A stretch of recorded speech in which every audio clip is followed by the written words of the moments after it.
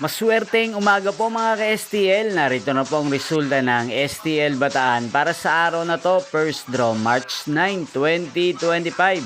Araw ng linggo. Naway ang mga natayan niyo pong mga numero kanina ay manalo nawa ngayong umagang ito, 11 AM. Kaya kunin niyo na po ang inyong mga tickets. Narito na po ang resulta. Ang mga numerong ninalo sa STL Bataan ngayong umagang ito, March 9, 2025, 11 AM. First draw result, 7 at 34 in exact order. Sa lahat po ng tumaya kanina sa STL Bataan para sa first draw ng 7 at 34, congrats po sa inyo. Panalo po kayo.